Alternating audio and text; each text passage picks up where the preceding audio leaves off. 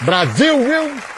Ele é um brasileiro na vanguarda das pesquisas mais avançadas em busca de respostas à pergunta mais ancestral. Quem somos nós?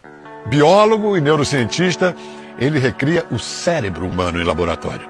E faz isso para entender doenças, transtornos como autismo, Alzheimer. A pesquisa dele já levou ao desenvolvimento de um remédio para uma forma grave de autismo. E mais, a pesquisa dele também já chegou ao espaço. A Estação Espacial Internacional.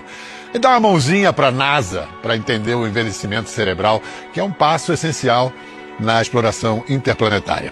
Esse brasileiro explorador da mente e do mistério, do que nos faz humanos, está prestes a se tornar o primeiro cientista do mundo a ir fazer pesquisas, ele próprio, in loco, no espaço.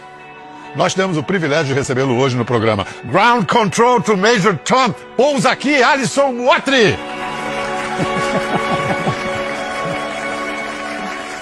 Pesquisas, assim, alguma coisa com potencial terapêutico de plantas? Que plantas? A gente tem uma ideia. E por que lá em cima?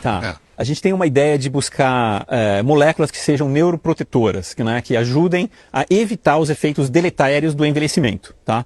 Então, existem algumas plantas que a gente sabe que têm neuroativos, que podem ser neuroprotetores. Então, a gente tem uma colaboração com o pessoal da UFAM, da Federal de Manaus, liderado pelo professor Espartaco, onde a gente está fazendo uma curadoria de plantas, estamos sendo auxiliados pelas tribos originárias, que estão apontando para a gente plantas aonde contém neuroativos.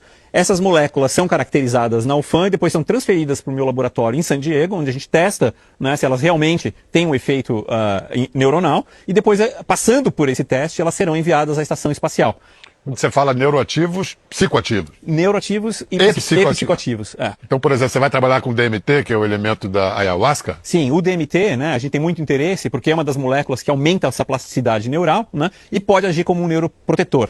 Então, o DMT com certeza está na nossa lista de moléculas. Você expôs o seu cérebro ao DMT? Sim. E como foi essa experiência? Foi maravilhosa. Eu tive a primeira experiência com a ayahuasca, foi em San Diego, foi com um grupo que foi treinado pelo Léo Artesi, que é um cara que estuda bastante isso daí. Você estava sendo monitorado? Sim, foi todo, assim, foi maravilhosa. Foi uma cerimônia durante uma noite, que a gente chama de voo da águia, onde a gente faz esse voo, junto, tomando o ayahuasca junto, E ali você são experiências que te conectam com você mesmo, E fazem você refletir sobre a sua vida, tal.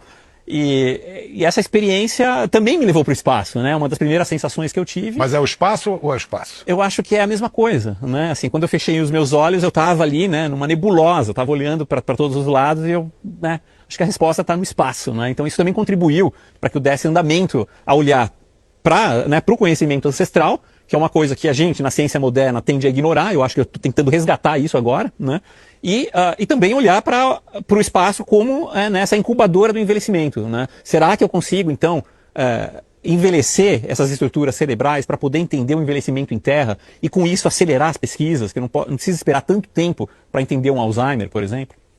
Você falando de envelhecimento e dessa experiência com um alucinógeno como o DMT, esses alucinógenos, psilocibina também, têm sido usados com pacientes terminais ou com gente no fim da vida e parece que tem um efeito muito apaziguador. O que acontece com você na sua experiência, com a relação com a morte? Porque você está num absoluto, Como é que foi? Então, para mim, eu antes de decidir que eu seria um candidato a ir para a estação espacial, eu tinha esse medo da morte, E esse medo da morte não era diretamente relacionado a mim, era mais relacionado ao meu filho Ivan, que tem a síndrome do autismo, ele tem o transtorno do autismo, ele é afetado e ele é dependente. Então, o medo de morrer é o que vai acontecer com ele depois.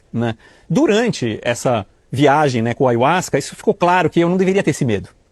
Que isso deveria ser uma coisa que, na verdade, transcende a matéria física. Difícil explicar uma experiência dessa. Mas quando eu saí dessa experiência, eu saí sem esse medo. Então, eu havia perdido o medo da morte depois desse voo da águia aí. Vamos